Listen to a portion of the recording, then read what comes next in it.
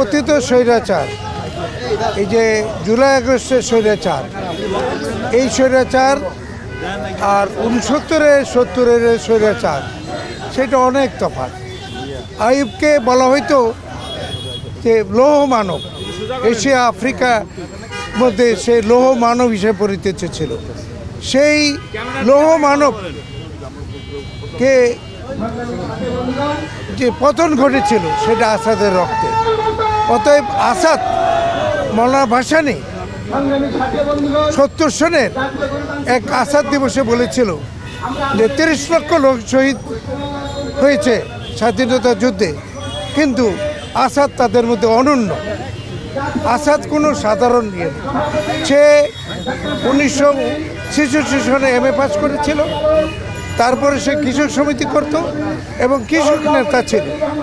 কিছুক্ষণ আগে আপনারা শুনেছেন মিলন বলেছে যে বাহাউদ্দিন ঠিক এই জায়গার থেকে তার বুকের মধ্যে পিস্তল দিয়ে গুলি করে মেরেছে আসাদকে।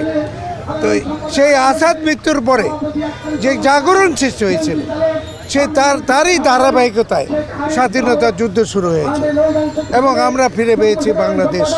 কিন্তু সেই বাংলাদেশ সেই গণতন্ত্র ভোগ করতে পারেনি। স্বৈরাচার আবার জাগিয়ে উঠছে, আবার স্বৈরাচার মাথা চাড়াতে উঠছে। এখন এই যে 24-এর এই জুলাই আগস্টের যে বিপ্লব, সেই বিপ্লবে স্বৈরাচারের পতন ঘটেছে। আর যেন স্বৈরাচার এই দেশে না গজায় সেই চেষ্টা আমাদের করতে হবে। শেখ মুজিবুর রহমান গুলশানে আমাদের একটা বাড়ি দিয়েছিল, 1 বিঘা জমির 2 তলা বাড়ি। আমার বাবা ফর্গ করছে, কারণ আমার বাবা ছিলেন ব্রিটিশ আমলের মন্ত্রী। আমার মা নারায়ণগঞ্জে IT স্কুল, যেটা এখন 9000 ছাত্র, সেই স্কুলে হেডমাস্টার। আমরা 6 ভাই প্রত্যেকে প্রতিষ্ঠিত, আমরা বাড়ি নিয়ে নিই। আমাদের কিছু এই যে এই অন্তর্বর্তীকালীন সরকারের কাছে আমাদের কিছু দাবি আছে। এইটা হলো যে আসাদ গেট, যেটা এই আসাদ গেটটাকে সংস্কার করা হবে। এই যে এটা চানকার বলে এই বিরাট 5 তলা উঁচা করে একটা ইয়া করা হয়েছে, সাদেক হোসেন খোকাই যে এরা এটা করছিল, সেইটা হয়নি।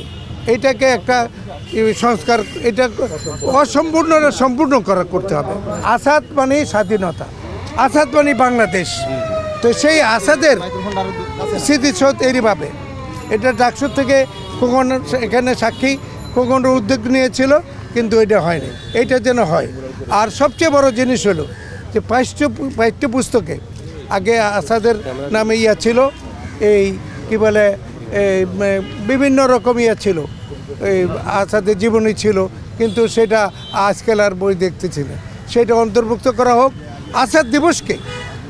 আসাদ দিবসকে জাতীয়ভাবে পালন করা হোক, এইটা আমাদের দাবি। আরেকটা দাবি হলো যে আসাদ কলেজ যেটা আছে 1970 সালে প্রতিষ্ঠিত হয়েছে, সেই কলেজ, সেটা এখন সরকারি কলেজ। সেই কলেজ থেকে আপাতত বিশ্ববিদ্যালয় না করতে পারলে বিশ্ববিদ্যালয়ের কলেজ করা হোক। আর একটা আমাদের অত্যন্ত জটিল দাবি, গুরুত্বপূর্ণ দাবি, সেটা হলো নরসিংদীর ইটাখলাটা সিলেট যাইতে, ইটাখলাটাকে, এটা আসাদ ৭০ ছিল, এটা এখন বড় করে করা হইতেছে। এইটাকে যেন ইটাখলা করা হয়।